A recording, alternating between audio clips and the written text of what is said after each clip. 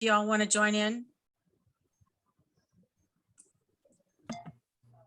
God, God, serenity, serenity, things I Serenity to accept the things I cannot things change, I cannot change, courage to change, to courage to change the things I can, I can, and the wisdom and to know the difference. wisdom to know the difference. All right. Well, I agreed to do the topic tonight. And I gave it a little bit of thought because I always kind of like to be prepared. I'm not very good just off the cuff. Linda, did you get my email? Wait a minute. What? Did you get my email? What? Yeah. What about? The meeting format? Oh, no, I didn't get the meeting format. Sent it this morning. Oh, well, Am I go for supposed it. to do something different? Well, we have Oh. a format we go through, but that's Well, okay. why don't you do it, Sherry, and then I'll start. Then you can just turn it over to me. Well, then I'd have to find it. Oh, I Recognize birthdays from Does anybody have any birthday? July. Yeah. No, you had one, Brenda, and also Jean. Does anybody have a July birthday? Oh, I had a belly button in July. Yeah. Connie's with a belly button. Okay, Brenda, And- yours was the 11th. July 11th, I had 42 years. Yeah. Yay. Yay. What else? July. We're getting July- up there, I'll tell you. Carlene has a, no, hers is in Oh. June. Yeah, okay. Anybody else? There are two. Hi, Okay, sorry, I totally screwed up the format. That's all right. Yoo-hoo. Sandy, Well, we won't remember next month. Sandy, that We hi. didn't have the right format, so just go for it, Brenda. All right, I'll just go for it. So anyway, what I was gonna say is, this is good for my humility. Because everything that I do today in AA is really to minimize my self-centeredness and my self-absorption and to help me grow in humility. And recently, back in June, I get the, I don't know if you all get this, but I get the Grapevine quote of the day. I get it emailed to me, and the Grapevine quote of the day for June 12th, I want to share it because it really got my attention. It comes from the story, from a story in Language of the Heart called What is Freedom in AA? And what it says, I'm just going to read it to you, it's just a paragraph. It says, the compulsion among most of us to survive and to grow soon becomes far stronger than the temptation to drink or to misbehave. Literally, we must do or die. So we make the choice to live. This in turn means the choice of AA principles, practices, and attitudes that can salvage us from total disaster by ensuring our sobriety. So what I thought about was, what are the principles, practices, and attitudes that I try to practice in my recovery today and really from the beginning of my sobriety. And I think some of the most important practices that I learned early on in AA was to attend meetings. And Peg has always said, meeting makers make it. And, I didn't realize the value of what attending meetings was giving me. It helped me to to develop an attitude of being one among many, because I never felt like I was one among many. And when I came into the doors of AA, and I still sometimes don't feel like I'm one among you today. I always tend to want to separate myself from the herd, so to speak. Oh. I learned about service at my meetings and the principle behind helping others, getting out of myself, which is, not thinking less of me, but for sure thinking of me less. And calling my sponsor regularly, was a practice that taught me some discipline. I didn't know that that was teaching me that when I was asked to call Peg on a regular basis, I didn't know that what I was developing was some discipline and some accountability in my life. And I think it also by having that regular contact with my sponsor, it helped with the principle of being more honest. You know, that I was learning how to be more honest with another human being about my feelings and about what was going on in my head. And, you know, I often get, because I try to be, I sponsor other women, and I often get this, when I'm asked to sponsor somebody, I generally sit down with them and I do what is called, Jean, I think you're unmuted. And Madeline. No, okay. So what I do is I sit down with the women I sponsor and we go through something called doing the deal, which Peg has talked about, you know, for years. And I often get the question, why do I have to go to so many meetings? And why do I have to call you, you know, every day or for a while or once a week after you've been sober for a while? Why do I have to do all this stuff? And, you know, I sometimes found myself trying to convince somebody the importance of doing those things. And I've gotten to the point now where I'm like, you asked me to be your sponsor, and these are the things that I do.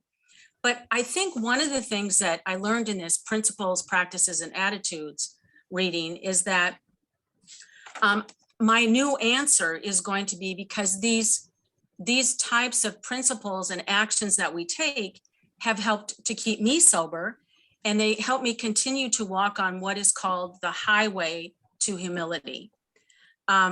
So, you know, it's your choice whether you want to continue, you know, whether you want to get and stay sober and try this out or not.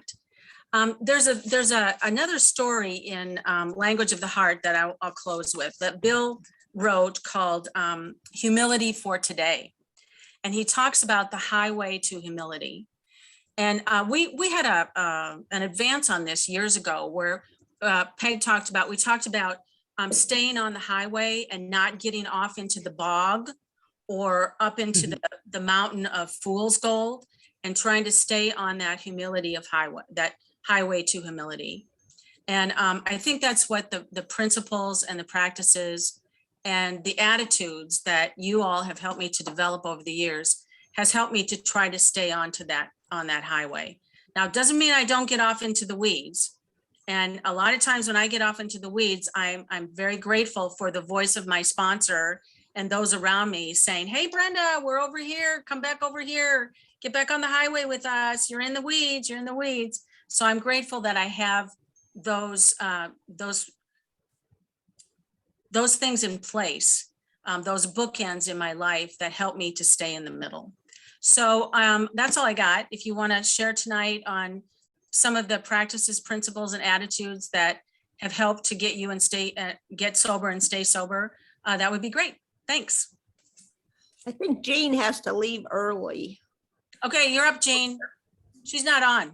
Did she leave already? She left. Okay. Yep.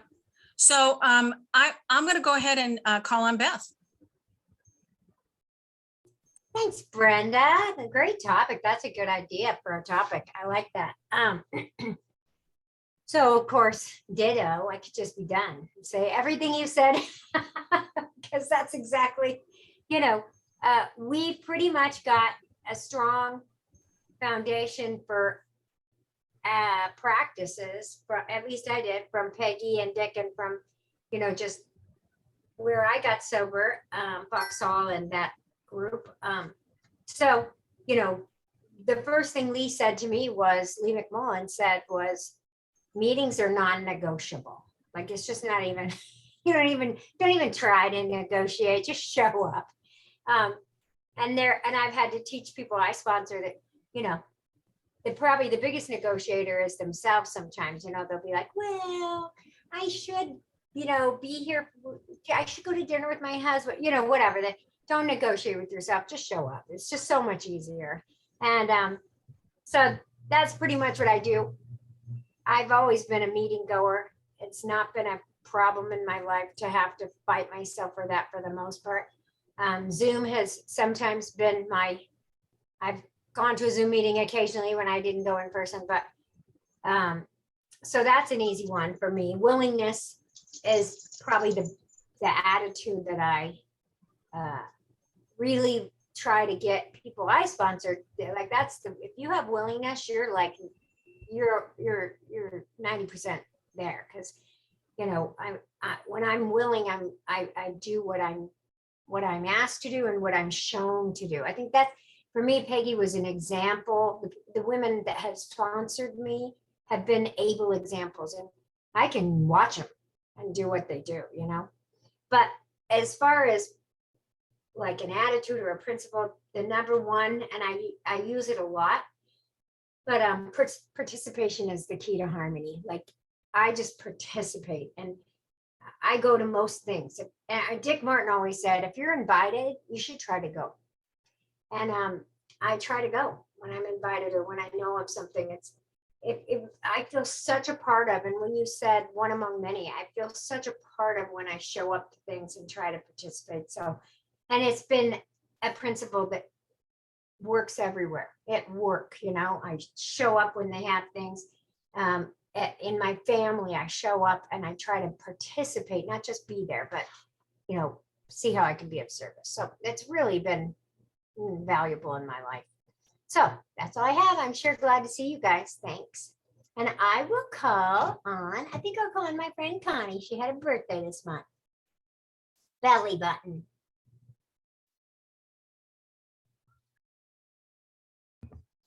Yeah, we don't count those anymore.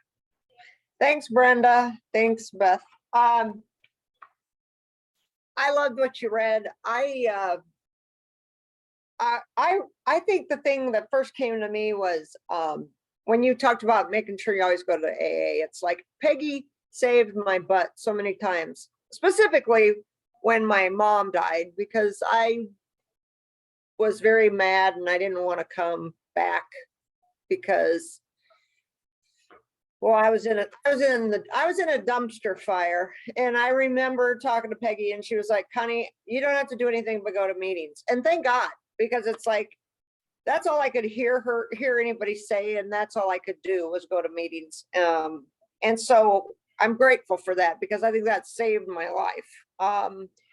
And then being accountable. And it's funny, somebody and I were talking about that, when you grow up with what we've grown up with, and then you go off that a little bit, you kind of feel like guilty, like, oops, I'm not supposed to be doing that, because that's not what I learned 40 years ago, So, and that's good. I mean, because it'd be really easy for me to just say, gosh, I just don't want to go to meetings. It's been so easy to stay home now that I kind of just want to stay home now. And that I really can't do that. But, and you were talking about the highway, once you get on that highway and your life starts getting better, I don't want to get off the highway, because I don't want my life to go back to, the way that it was. When I first got here, I was so afraid of going back to the way it was that I went to a meeting every day. I mean, I can tell you which meeting I went to on Sunday, Monday, Tuesday, Wednesday, Thursday, Friday, Saturday. And I went to those every week. And after about 3 years, my sponsor finally said, Connie, can you just try staying home one night? Just see if you can stay home one night. I'm like, well, wait, it was like, I was afraid, because it's like, I had met so many wonderful people, and AA had done so much for me. I didn't want to, but I did, and I did what she said, but I guess I'm still around. But anyway, thank you. That was a great reading. How about Susan?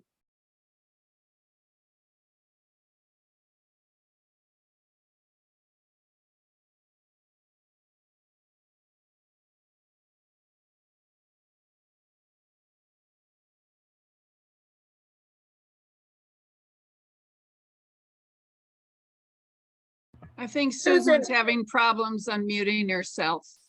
We can't hear you, Susan. You're muted. Okay, can you hear me? Oh, good. Okay, thank you. Susan, alcoholic.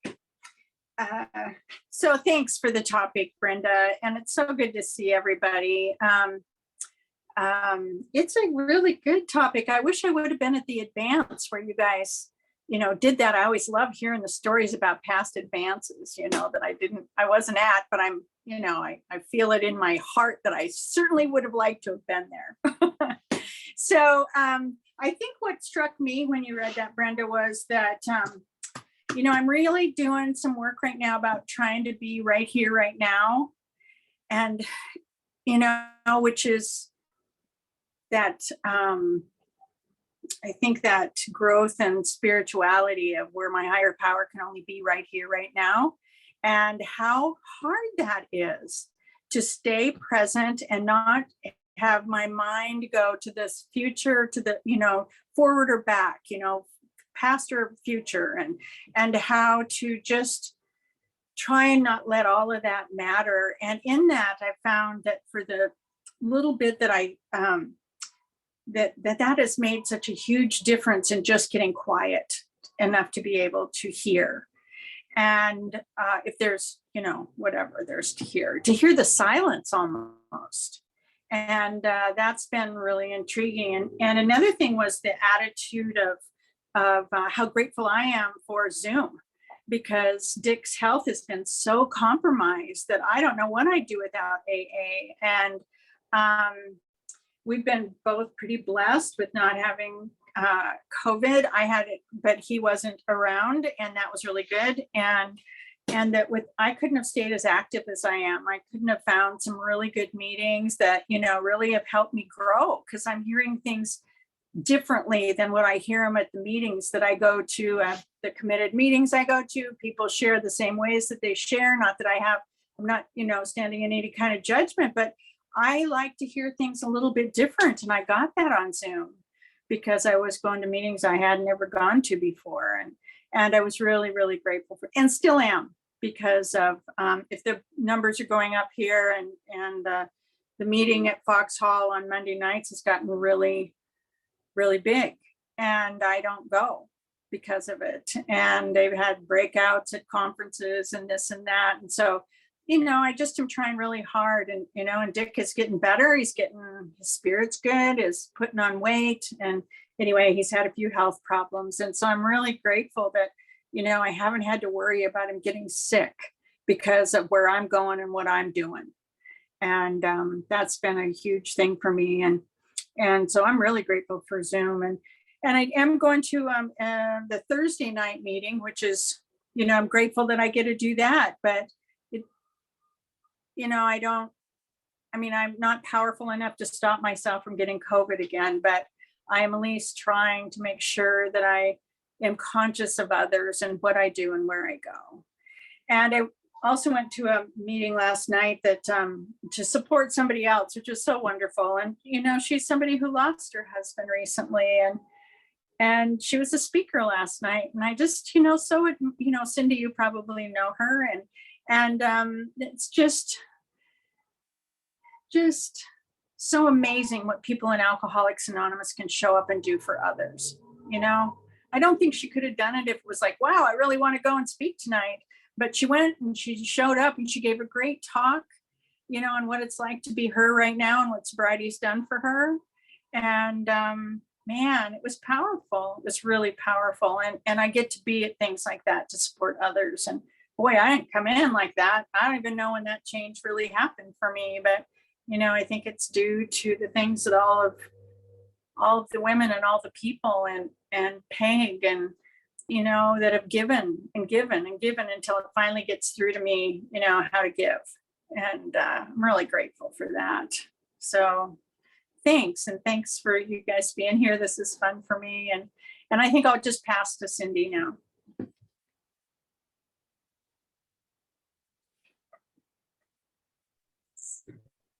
Thanks, Susan. Had to dig my mouse out from underneath my cat's butt. It's like laying here in front of me. Oh yeah, I know you're there. I think, it's really different having not grown up in Nebraska AA, in Bellevue AA, that it's really different having come from different places but hear so much the same things, and the idea about meeting makers make it. And the idea of, you know, if you don't go to a meeting, you'll never know what you needed to hear at that meeting. So I used to hear that all the time, and then I'd go to a meeting because I thought, well, maybe I better go to, I might need to hear something.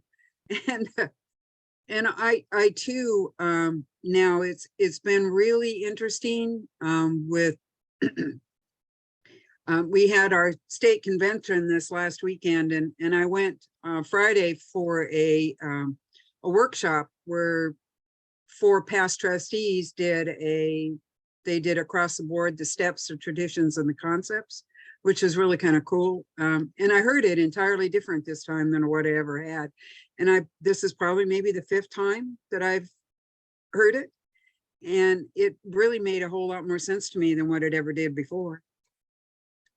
But in the course of that, I found myself on Friday feeling really out of sorts after that whole thing.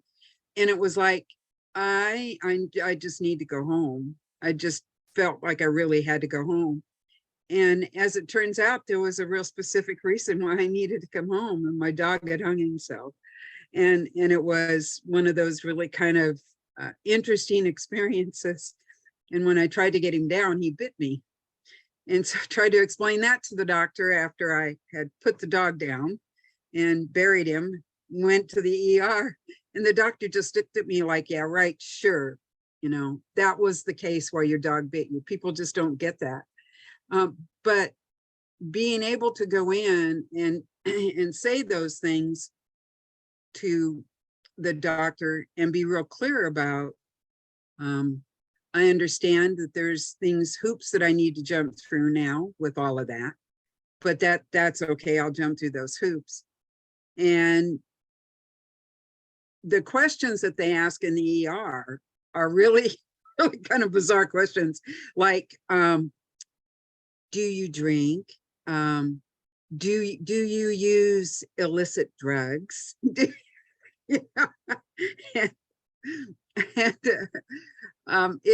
It's been a while since I've been to the emergency room, so it was really kind of a shock to me.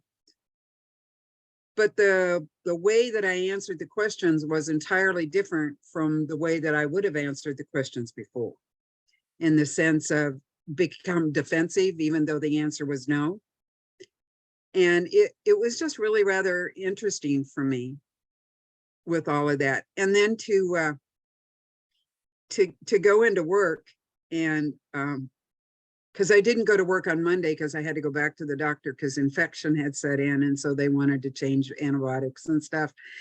And so I called work and said that I had been bitten by my dog and that I needed to stay home and get some rest. And by the time the prison grapevine today, I had a guy come at me and he went, "What dog attacked you? And how bad was it?" And I just laughed, and I thought, you know, back in the old days, I would have really blown that out of proportion. Tried to make something really big out of the whole thing. And I know today that because of the principles that are laid out, the foundation that I've received in Alcoholics Anonymous, that it was pretty easy for me to say, no, it was my own dog. And he didn't mean to. It was just one of those things that happened. And to just be in a place that, without AA, I know that I would not have been able to do and been able to be. I'm very grateful for my son-in-law and my daughter, because they jumped right to. And I remember, and Peggy remembers, the relationship that I had with Wendy. And so does Sherry, you know. And she called me on Saturday morning, and she called me on Sunday morning, and she called me on Monday morning. Just checking on you, Mom. I just need to know you're okay. And for her to be able to do that at all is like, yeah, no, that's not possible. So I'm very, very grateful for AA, and grateful for the opportunities that to keep going to meetings, to keep practicing the principles, to keep suiting up and showing up and doing the right thing because it's the right thing to do. And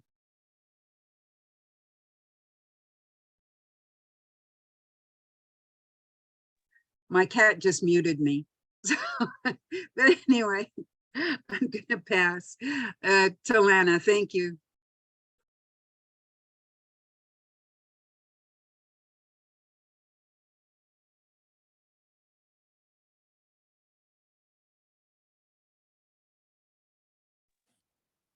Did she say Lana? Oh, I thought you said Joanna, and I'm looking, there is no Joanna here. Thank you, Cindy. When, Cindy said, I too didn't get the privilege of growing up in Nebraska, AA. I was stuck in that, as you know, that little bitty town of Huntingburg, Indiana. Sobered up in the treatment center, and Peg said I was going to go to those meetings in Huntingburg, and I tried to explain to her. Did you ever try to explain something to Peg why that's a really bad idea?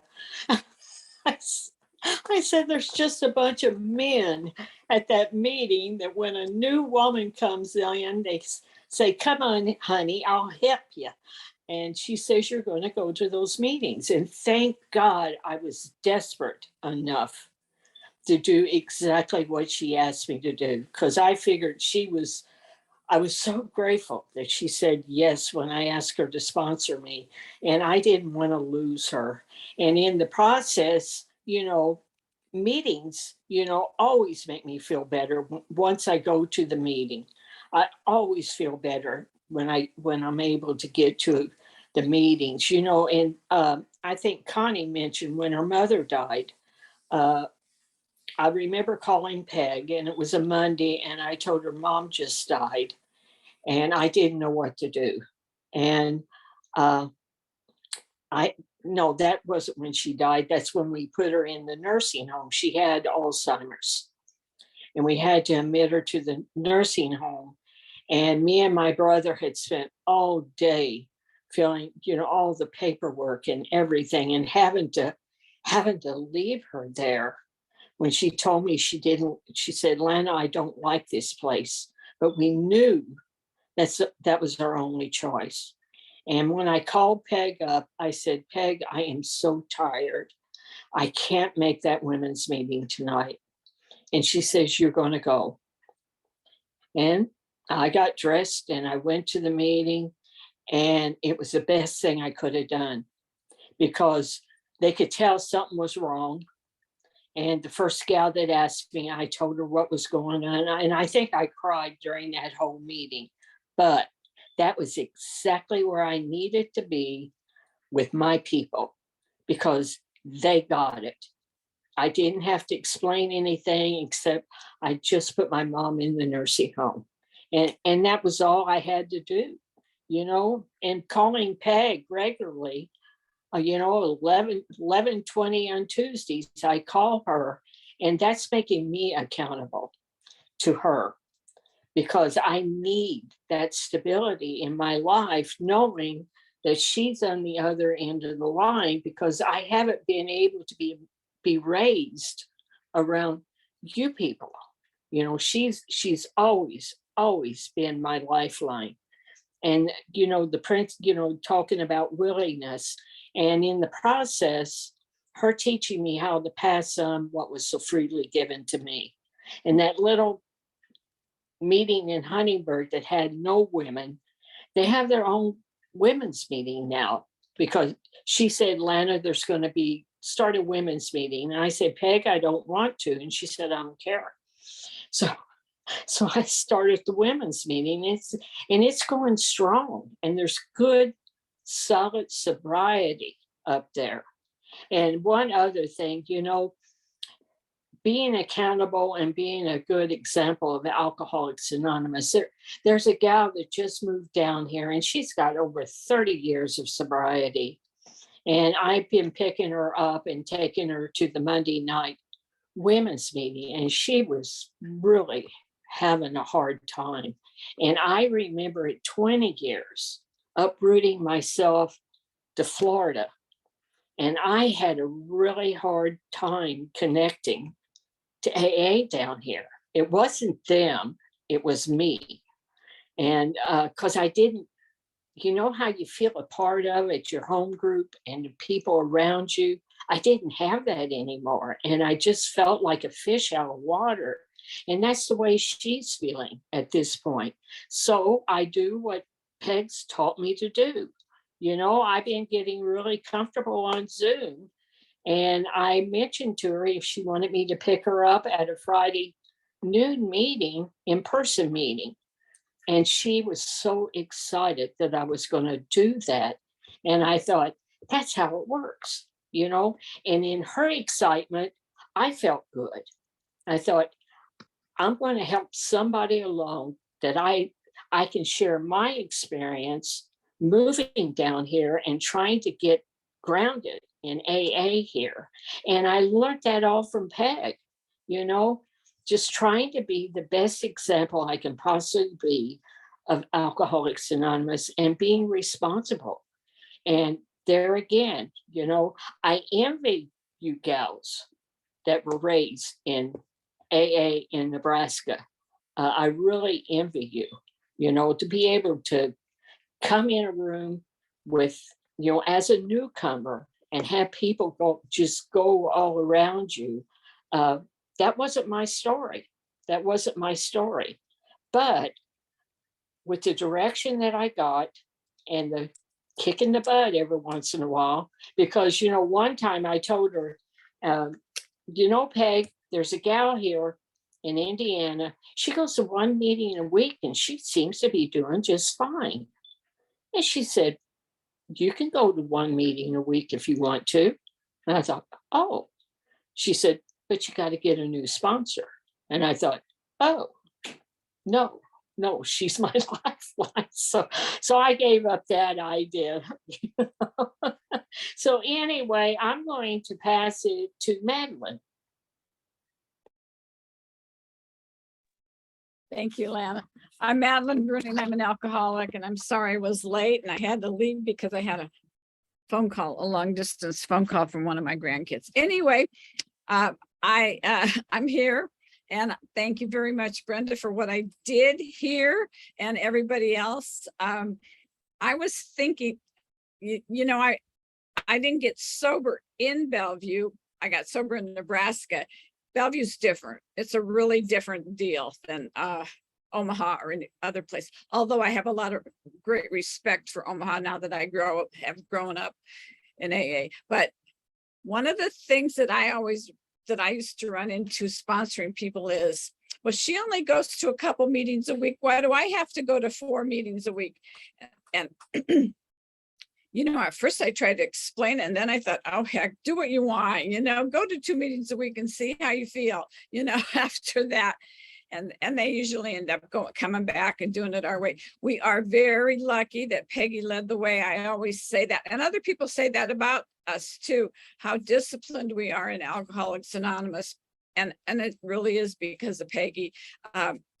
Sometimes I really didn't want that discipline, especially, you know, after I come home from work, and, you know, I taught and I was really tired of listening. I was tired of talking and stuff like that. So I just wanted to kind of go and sit. But then when you got to the meeting and all of that stuff was going on, I always felt so much better, and it's amazing. And even now, like I really tried to get around Foxhall, but you can't get around, even if it's I suppose it's maybe 2/3 of what it used to be, but you still can't get around because you stop and you talk to people and you can't get to the other end or something like that.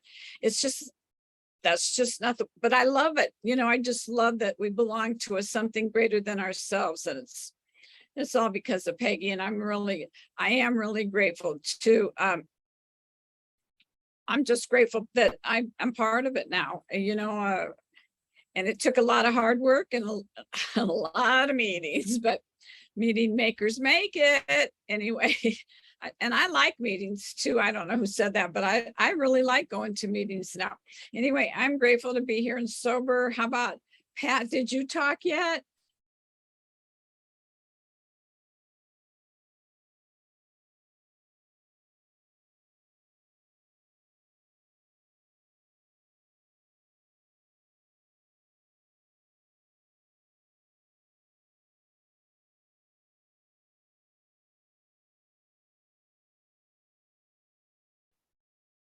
Can you unmute?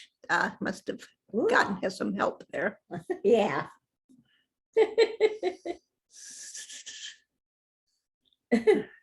There you Talk. go. Come on, talk, Mom. Pat Maloney, alcoholic. Thanks, Madeline. No, I got you. Brenda, I really liked your topic. When I got here, I had stayed sober in Al-Anon, and you know, Peggy was she definitely was my lifeline, because the only meetings I went to was in Bellevue. And she was at every meeting I went to. So I had no excuses for why I couldn't go, even if I was tired or was working or whatever, I'd show up. I still remember one lady asking me, well, Peggy's out of town. Why are you here? And I said, because I need a meeting. And besides, I was sure that somebody would have told Peggy I wasn't there. But the fact is that it made all the difference in the world in my sobriety. You know, I didn't know what it meant to feel good until I started going to AA and actually connecting with what was really wrong with me. But discipline is something that I grew into, not because I wanted to, but because it was necessary. Peggy was always there. And every time I pick up the phone and I needed to get a hold of her, I could get a hold of her, which was very important. And it was a discipline of which I had not ever experienced before with anybody. And my girls have taught me the same thing, because when I make a commitment that someone's going to call me, I have to make sure I'm going to be there. And I want to be that example, as well as I just want to be a part of their life as well as they're a part of mine. But the one thing that I truly love, and I hear a lot of people talk good and bad about, is Zoom. Is I have loved having Zoom available. I've been homebound now for the last 2 years, and God willing, in the next year, I'll be able to get out of the house. But in the meantime, it's being able to see people and attend meetings has been a godsend. And I am so grateful that whoever thought it up first has kept it going. And I'm real glad to be here tonight and sober. And I don't know who hasn't talked.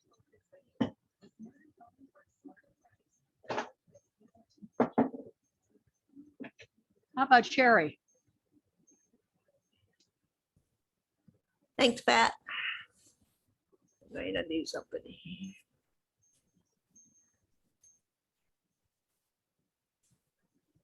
Mute Pat.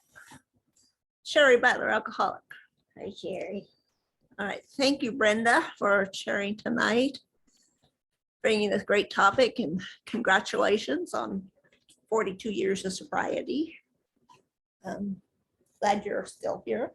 Glad we're all still here. Yeah, God. And that's because of these AA ethics. And that's what actually been thinking about this lately. Something I didn't think I wanted, and I didn't appreciate. But when I got here, when I was suggested I come to Bellevue, because I started going to meetings in a group in La Vista, but there were no women there, and so the guys thought I needed to find a meeting with women, and anyway, that's how I ended up in Bellevue. But you know, all these I really needed. I had no discipline in my life. I had no social skills. And being, taught these things, very basic things, you show up when you say you're going to be there, go to meetings when you want to and when you don't want to, just go to the meeting, greet the newcomer. Just these really basic, thank the speaker after the meeting, very basic skills. And these are the things that not only allowed me to stay sober, but to grow and become a whole person. And I've been thinking about this lately, about how it has changed my life. And today is it's amazing. I'm a minister, and I've been doing some in-person preaching. And the fact that I can do that it just amazes me because, you know, I couldn't talk to people when I first came to AA. I breathe at people. I just, you know, when I had to speak at a meeting, I would just physically shake. But I did those things because I was afraid to not, because they, you know, I wanted something better.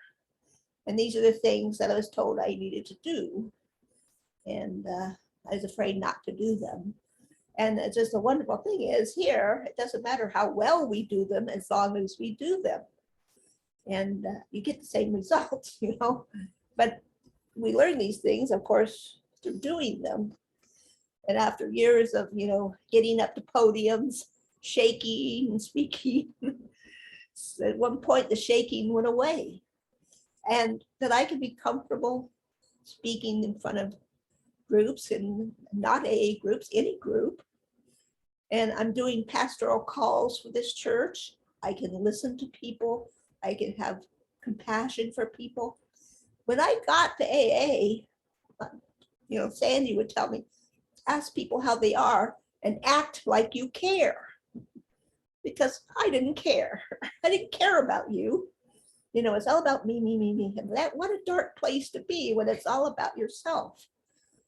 I mean, what a miracle this our AA here has been, and what, you know, when Dick and Peg actually brought this very disciplined and hardcore AA. But we alcoholics are undisciplined people, and we need this. I needed it. And you know, this is why I said I still come to meetings. A big part is because I'm so grateful for what I've been given. I want to pass it on to other people. But I don't want to lose it either, because I've seen what happens to people who forget to be grateful and they leave, and how quickly we can lose this gift. So anyway, I am just really grateful to be here, and that, you know, and how wonderful, you know, this pandemic has created this other connection for people, you know, like with Pat, who can't get out, that people can still connect now. So anyway, I'll call on Michelle. Thanks, Sherry. Michelle, I'll be your alcoholic. But for the grace of God, AA and sponsorship, I've been sober since February the 4th, 1982. I was writing down some notes when you were talking, Brenda. So we were talking about foundation. I was thinking some of the things that Peggy taught us is to show up early. Sometimes I can get that through to some of the girls I sponsor, and sometimes I can't. And I try to portray that on Zoom. I do a lot of announcements on Tuesday night Foxhole, so I try to politely invite people early to Foxhole and stay late and turn their cameras on. Big peeve, big problem for me. Big, and it's none of my business, but it's just really upsetting because I do the Foxhole. I allow people into Foxhole. I go to Foxhole in person, and I do sit in a corner. Yesterday I had to move around because I'm programming for August. I didn't want to move around. I still like to keep away from the crowd, and I still like to keep my mask on, but I had to mingle in.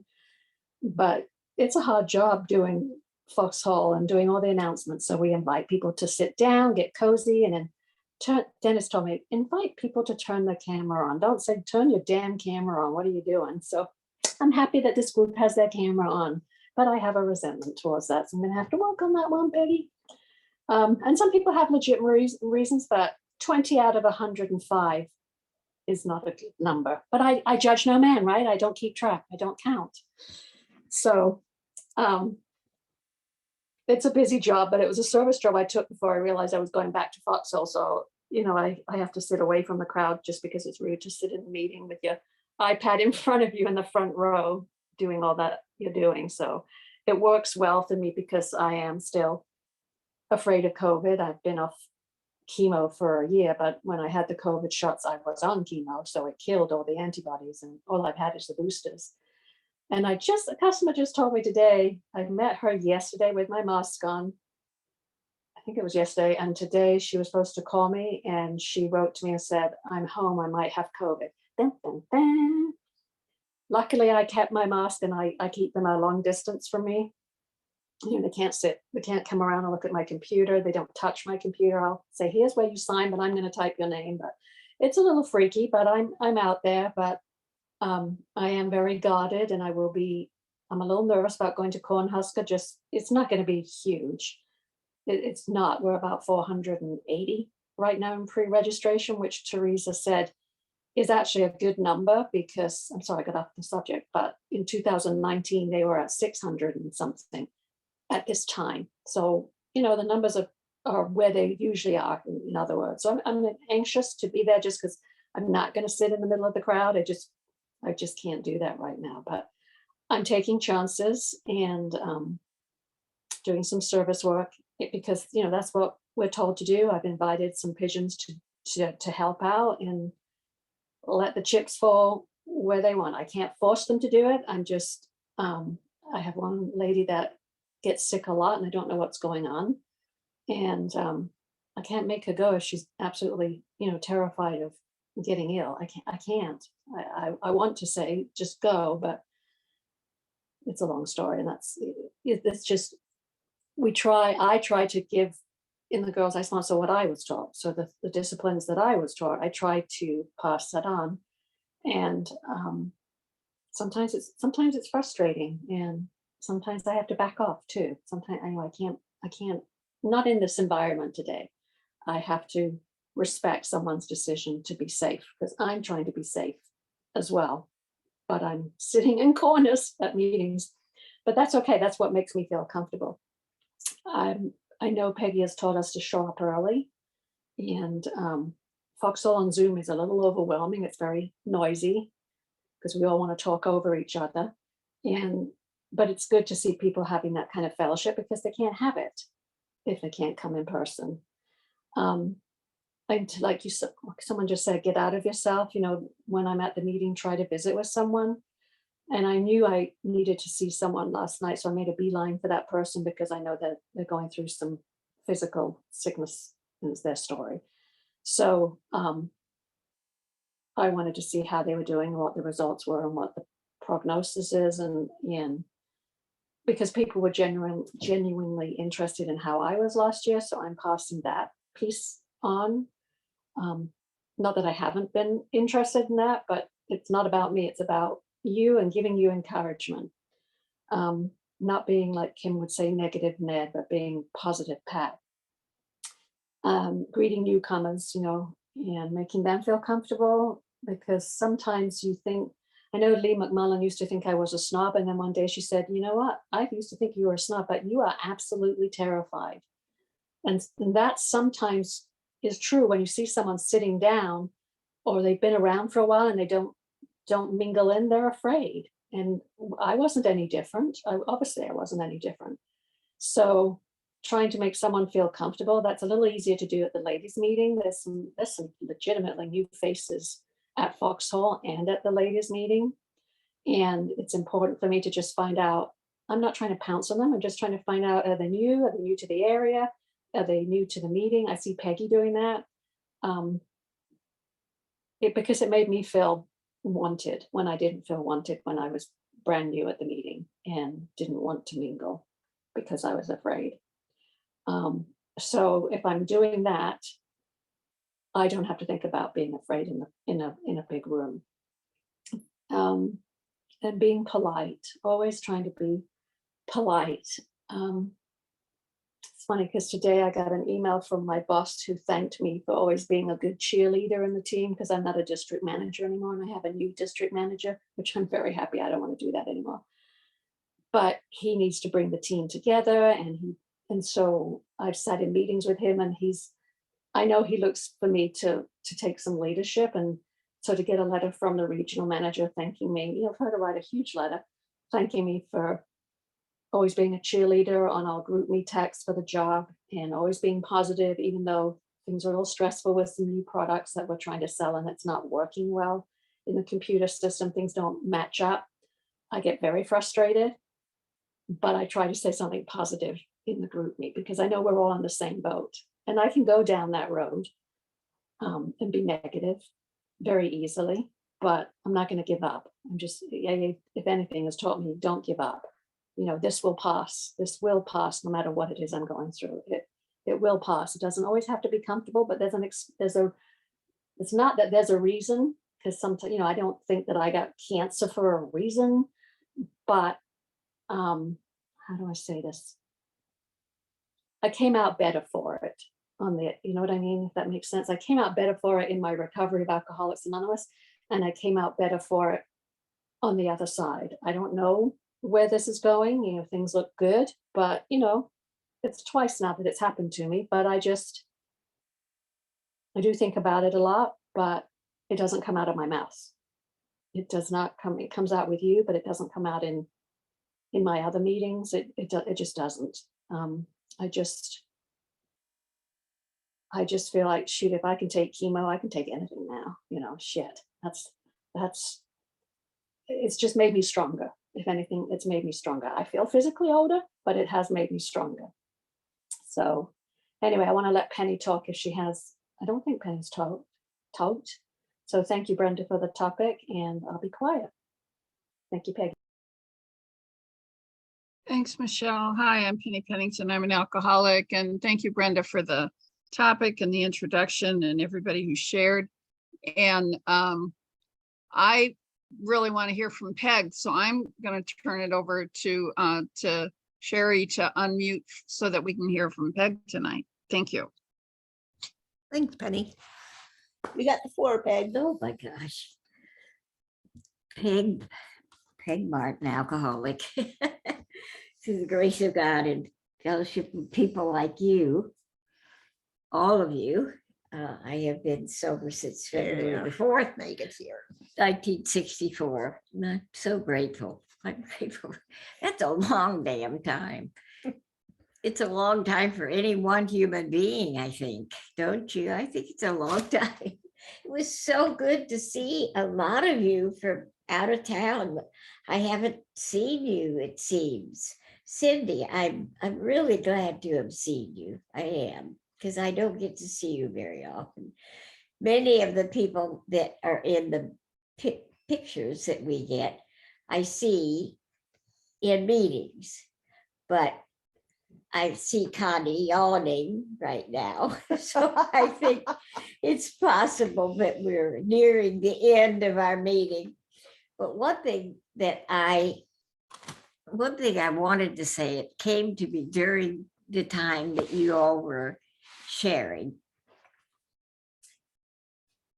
No, almost, I have to put almost in there, almost nobody, no group, no single individual, no person that I know of has the wonderful and marvelous, and life's come in, you could come in and I'll say, yes, ma'am. Oh, it's life-saving, I'll finish it, life-saving thing that we have in AA. And if it hadn't been for that, I wouldn't be here. But right now, I got to take my medicine. Come on, you're already on the deal.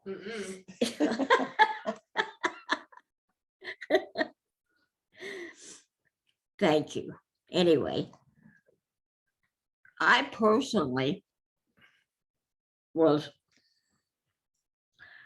didn't want to take the pill that they gave me. I didn't want to do the things that I had to do at the time that I had to do them. I didn't want to.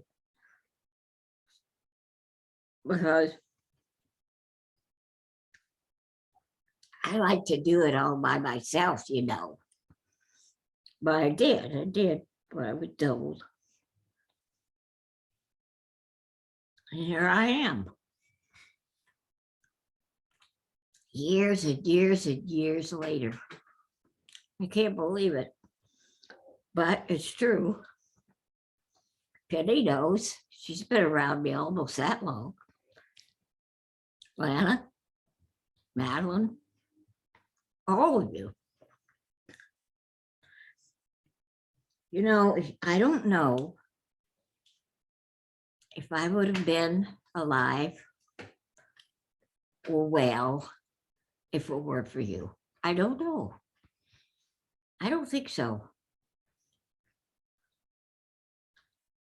You've been my backbone. Well, I never even thought about that till about a month ago.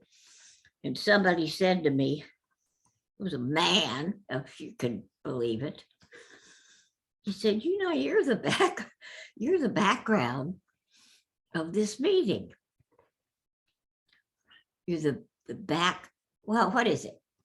Backbone. Backbone. Backstone, what? Backbone. Backbone. Good heavens, took the lady that's helping me to say it. The backbone of this meeting. And I'm not the backbone of this meeting.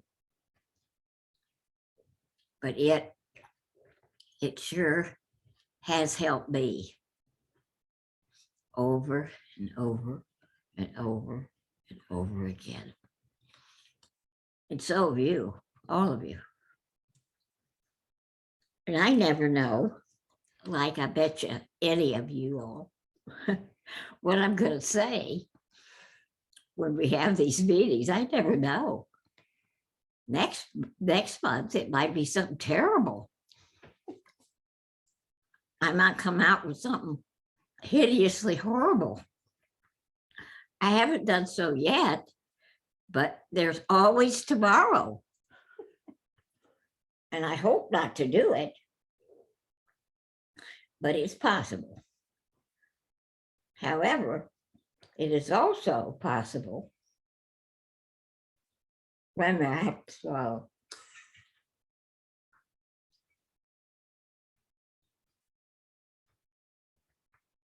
It is also possible that I won't do it. And it's more likely that I won't than if I will. Because I've been doing, I won't for a long, long time. I sure am grateful for that. So let's have another one of these things, whatever they be, next month or month and a half, whatever we can squeeze in. It's good to see you, Susan, from Seattle, from Washington. All of you. You're all so damn cute. I wish I was that cute. And you, Cindy, a minister's wife, come on. But you do look like one now, come to think of it. Anyway, I love you all. Can we close with the Lord's Prayer? Do you have anything more? Oh, turn it back to Brenda. Turn it back to Brenda. Is she there? There she is. From Minnesota. As Peg says, we'll close with the Lord's Prayer. Okay.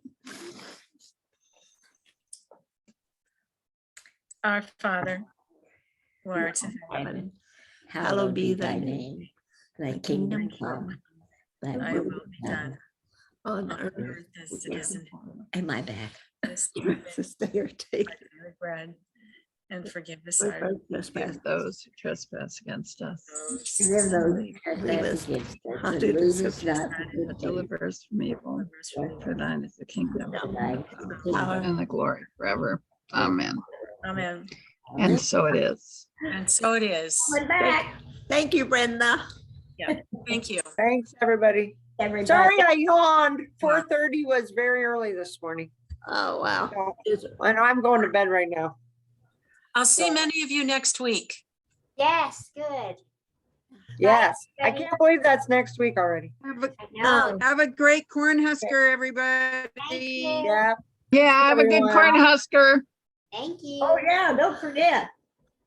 Bye. Hey, Not Pat, actually this- Bye, guys. Thank you. are we doing the, No, break- next week, early this year. Say it again?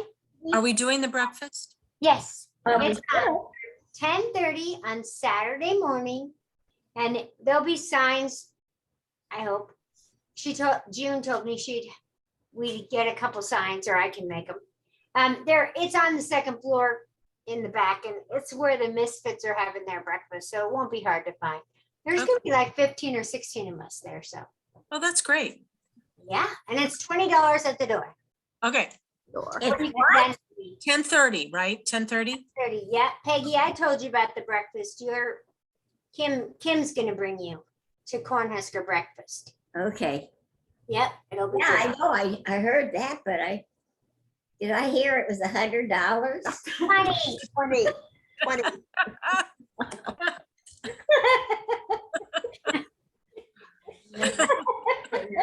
But you're worth it, Peg. You're worth $100. Yeah, absolutely. Okay, guys, see you later. Bye, you guys. Bye. Bye. Bye. Thanks, Sherry. Thanks. Good night, Peg. All right. Night, Thanks, Brenda. Brenda. Good night. I'm being fed. Hi, Pat. Ah. It's just because I love